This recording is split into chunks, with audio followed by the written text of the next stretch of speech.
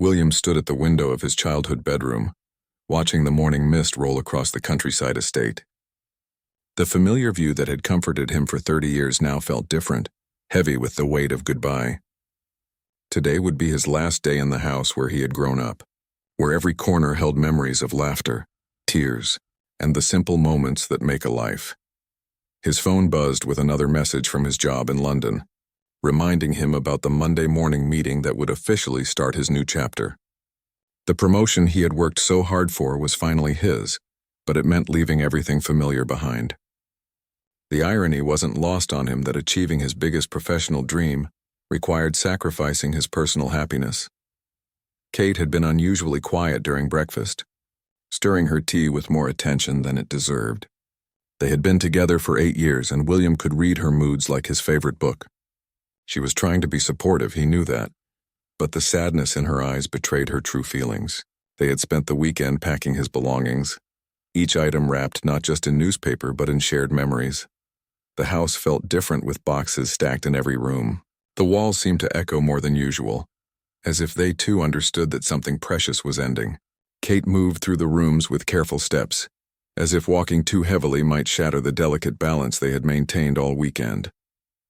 She had insisted on helping him pack, despite his protests that she didn't need to put herself through the pain. Their friends had thrown a farewell party the night before, but the celebration felt forced. Everyone knew that William's departure meant more than just a friend moving away. It meant the end of the group dynamic they had all cherished. It meant Kate would be left behind in a town that would constantly remind her of what she had lost. The unspoken questions hung in the air like smoke. Would they try long distance? Was this really goodbye forever? William found Kate in the garden, sitting on the old wooden bench where they had shared their first kiss 3 summers ago. She was holding the small potted plant she had brought him as a housewarming gift when he first moved into the cottage. The plant had grown wild and beautiful under her care, its leaves now thick and green. She looked up as he approached, and he saw that her eyes were red-rimmed despite her brave smile. "I thought you might want to take this with you," she said softly, holding up the plant. "Something to remember home by." Her voice was steady, but William caught the slight tremor that she couldn't quite hide. He sat beside her on the bench, the wooden slats creaking under their combined weight just as they had hundreds of times before. They sat in comfortable silence, watching the birds flit between the apple trees. The garden was Kate's masterpiece, every flower and shrub planted with intention and love. She had spent countless hours here, often with William beside her, planning and dreaming about the future. Now those dreams felt as fragile as the morning dew that would soon evaporate under the warming sun. "Promise me something," Kate said suddenly, turning to face him. "Promise me that no matter what happens, you'll remember this moment. Remember us here in this garden when everything was perfect?" William took her hand, feeling the calluses on her fingers from all the gardening work she loved so much. He wanted to promise her everything, to tell her that distance meant nothing and that love could conquer all. But the words stuck in his throat, too honest to offer false hope. The sound of a car engine broke their reverie. The taxi had arrived early, its yellow roof visible through the hedge. William felt his stomach drop, suddenly unprepared despite all the planning and preparation. Kate squeezed his hand tighter, and he realized that she was shaking slightly. The moment they had both been dreading was finally here, and neither of them was ready to let go. The taxi driver waited patiently by the front gate, checking his phone and occasionally glancing toward the house.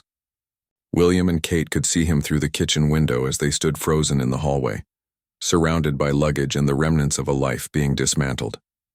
The driver had probably seen this scene before, the reluctant goodbyes and tearful departures that came with his job. Kate busied herself checking William's bags one final time, as if she might discover he had forgotten something crucial that would require him to stay another day. She opened his laptop bag, then closed it again without looking inside. Her hands were restless, needing something to do to avoid the reality of the moment. William watched her with a mixture of love and heartbreak, knowing that she was struggling just as much as he was. "I've made you sandwiches for the train," she said suddenly, rushing to the kitchen and returning with a paper bag. "Turkey and cheese the way you like them, and I put in some of those biscuits your mother sent last week."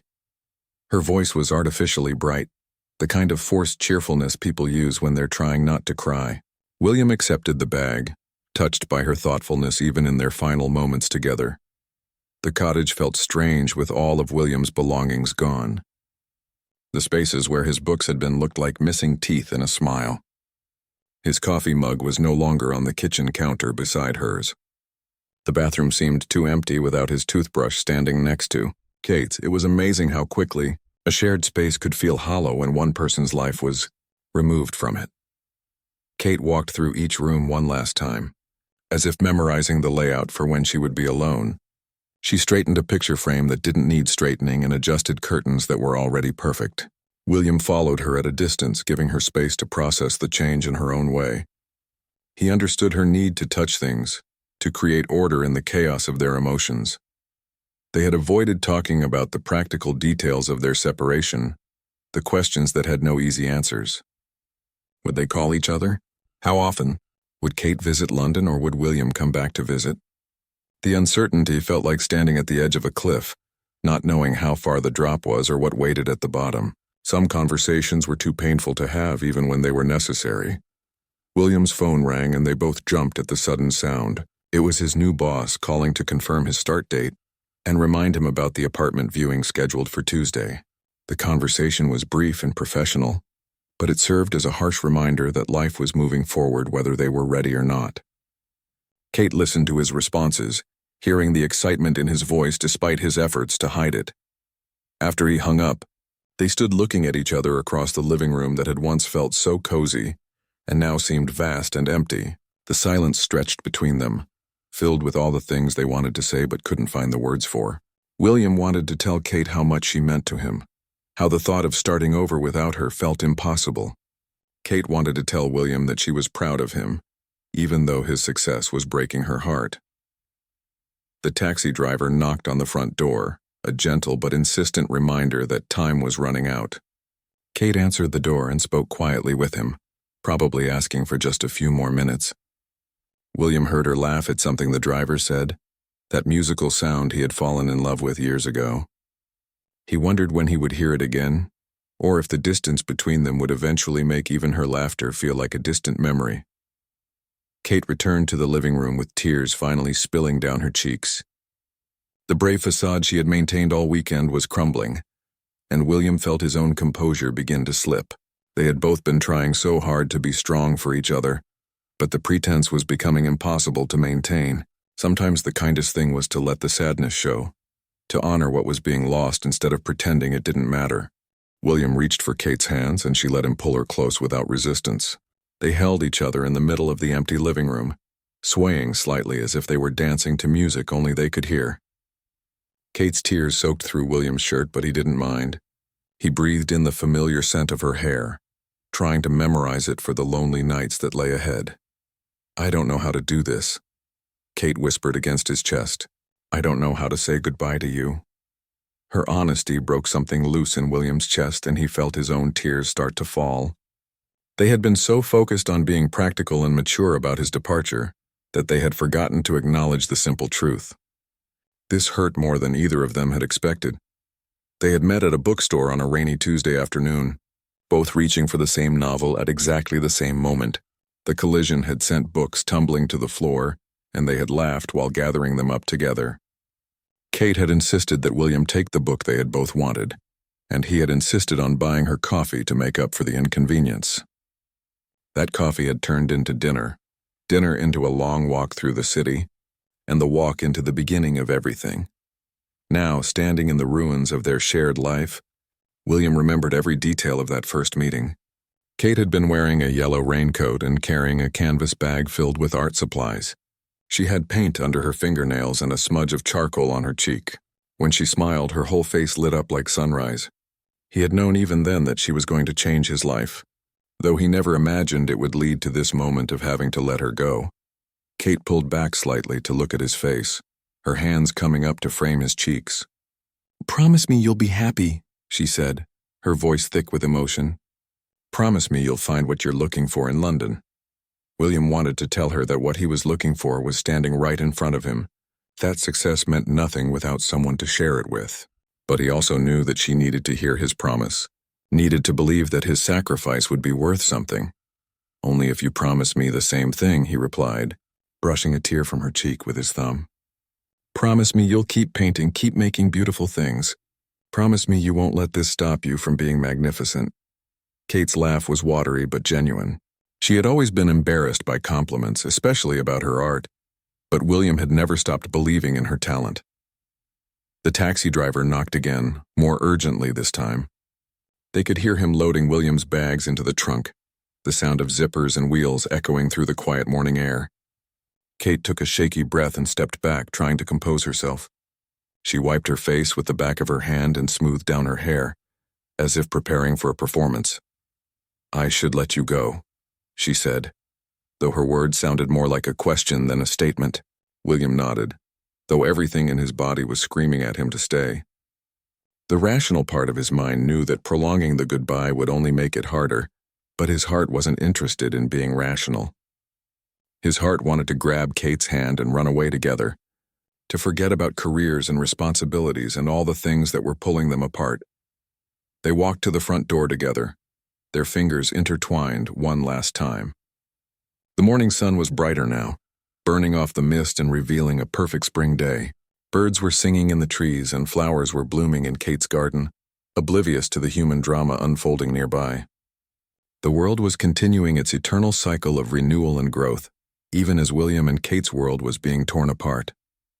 The taxi driver looked up as they approached, his expression kind but professional. He had probably witnessed dozens of these farewells, and he understood the delicate balance between giving people space and keeping to his schedule. He nodded politely to Kate and checked his watch, a gentle reminder that the train wouldn't wait for anyone's broken heart. William placed his hand on the taxi door handle but couldn't bring himself to open it. Kate stood beside him, her arms wrapped around herself as if trying to hold all her emotions inside. The morning air was crisp and clean, carrying the scent of blooming lilacs from the neighbor's garden. It was the kind of day that should have been filled with joy and possibility, not the ache of goodbye. "Wait," Kate said suddenly, reaching into her pocket. She pulled out a small wrapped package no bigger than her palm. "I was going to give this to you later, but I think you should have it now." Her hands trembled slightly as she held it out to him. William accepted the gift, feeling the weight of something delicate and precious inside the tissue paper. He unwrapped it carefully, revealing a small wooden picture frame containing a photograph he had never seen before. It was a candid shot of the two of them in Kate's garden, taken from a distance. They were sitting on their favorite bench, William's arm around Kate's shoulders, both of them laughing at something off camera. Kate's hair was catching the sunlight, and William's face was turned toward her with an expression of pure contentment. "Your sister took it last summer when she visited," Kate explained quietly. "She sent it to me a few weeks ago, and I thought you might want something to remind you of home." William stared at the photograph, remembering that perfect afternoon. They had been planning a dinner party for their friends, arguing playfully about whether to serve chicken or fish. It had been such an ordinary moment, but looking at it now, he could see how extraordinary their happiness had been. The taxi driver cleared his throat gently, and William looked up to see other passengers beginning to gather at the train station, visible in the distance. Reality was pressing in from all sides, demanding that he make the choice he had been avoiding. Kate reached up and straightened his collar, a gesture so familiar and intimate that it nearly broke his resolve. "You look handsome," she said with a watery smile. "London won't know what hit them." William laughed, despite the tears threatening to fall again. Kate had always been able to make him laugh, even in the darkest moments. It was one of the things he would miss most about her, the way she could find light in any situation and share it with everyone around her. "Kate," he began, but she pressed a finger to his lips, stopping his words. "Don't say anything that will make this harder than it already is," she whispered. "Just go and be wonderful, and maybe someday we'll find our way back to each other." The hope in her voice was so fragile that William was afraid to breathe too hard, as if he might shatter it. He wanted to promise her that someday was already on its way, but he couldn't guarantee something he wasn't sure he believed himself. Instead, he kissed her forehead gently, letting his lips linger on her skin for a moment longer than necessary. Kate closed her eyes and leaned into him, and for that brief instant the taxi and the train and the job in London all faded away. There was only this moment, only the two of them holding on to something beautiful that was slipping through their fingers like water. The taxi door opened with a small click that sounded unnaturally loud in the quiet morning air. William looked back at the cottage one last time, taking in the ivy-covered walls and the bright blue door that Kate had painted last spring. She had worked on it for hours, determined to get the color exactly right, and William had sat on the garden wall offering unhelpful suggestions and making her laugh. He climbed into the taxi slowly, each movement feeling deliberate and final. The seat was worn leather, cracked with age, but comfortable. Through the window he could see Kate standing on the gravel driveway, her hands clasped in front of her. She looked smaller somehow, as if his departure had already begun to diminish her. The driver started the engine, and the vibration traveled through William's body, like a countdown to the end of everything he had known. As the taxi began to move, William pressed his palm against the window, and Kate matched the gesture from outside. For a moment, it was as if they were touching through the glass, connected despite the barrier between them. Kate walked alongside the moving car for a few steps, her hand still pressed against the window, until the speed became too much and she had to stop. William turned in his seat to watch her through the rear window as the distance between them grew. Kate stood in the middle of the driveway, growing smaller and smaller until she was just a figure in yellow standing before a blue door. Then the taxi turned the corner and she was gone, hidden behind the hedge that had witnessed so many of their conversations and quiet moments together. The countryside rolled past the window in a blur of green fields and stone walls. William recognized every landmark from countless drives along this route, but today they felt different, like scenes from someone else's life. The old church where he and Kate had attended the Christmas service last year looked smaller than he remembered. The pub where they had celebrated her birthday seemed faded and ordinary in the morning light. The taxi driver caught his eye in the rearview mirror and offered a sympathetic smile. "First time leaving home?" he asked kindly. William nodded, not trusting his voice to remain steady. The driver seemed to understand and turned up the radio slightly, filling the silence with soft music that didn't demand conversation. Some kindnesses were wordless, and William was grateful for this stranger's gentle consideration. He pulled out his phone and stared at the screen, wanting to text Kate but not knowing what to say. "Thank you" seemed inadequate. "I love you" felt too heavy for a text message. "I'm sorry" was true but pointless. Instead, he put the phone away and focused on the photograph she had given him. Their faces looked so carefree, so certain of their happiness. He wondered if they had known even then that time was limited and precious. The train station came into view, bustling with Monday morning commuters and tourists. William had taken this same train dozens of times for job interviews and meetings in London, but always with the comfort of knowing he would return home by evening. Today felt different, weighted with permanence and possibility in equal measure. The taxi pulled up to the drop-off area, and William saw his train waiting at the platform. The driver helped him unload his bags, refusing William's attempt to tip him extra. "Good luck, son," he said simply, shaking William's hand. "Whatever you're heading toward, I hope it's worth what you're leaving behind." The words hit William like a physical blow, not because they were cruel, but because they were exactly what he had been trying not to think about. William made his way through the station, his bags feeling heavier with each step. Other passengers moved around him with purpose and efficiency, checking tickets and finding seats. He felt disconnected from their routine urgency, as if he were moving through water while everyone else moved through air. The normalcy of their Monday morning felt almost insulting in contrast to the magnitude of his own departure. He found his seat by the window and settled in for the 3-hour journey to London. The train car was nearly full, with business people typing on laptops and students listening to music through headphones. William envied their easy familiarity with this routine, their comfortable relationship with the concept of going somewhere else. For him, this journey felt like crossing into another world. As the train pulled away from the station, William caught a glimpse of the road that led back to Kate's cottage. For a wild moment, he considered getting off at the next stop and taking a taxi back to her. He imagined her surprise and joy, the way she would laugh and cry at the same time when he appeared at her door. But he also knew that running back would solve nothing, would only delay the inevitable choice between love and ambition. The countryside began to give way to suburbs, then to the outskirts of the city that would be his new home. William opened the bag of sandwiches Kate had made for him, though he wasn't hungry.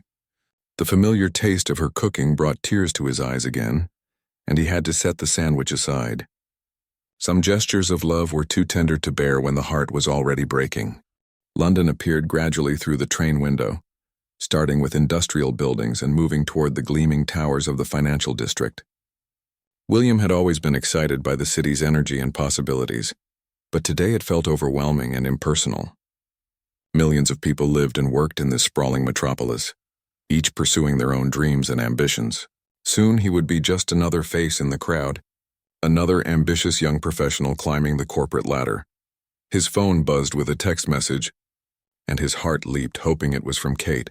Instead, it was from his new colleague, confirming their lunch meeting and expressing excitement about working together. William typed a polite response, but the words felt hollow.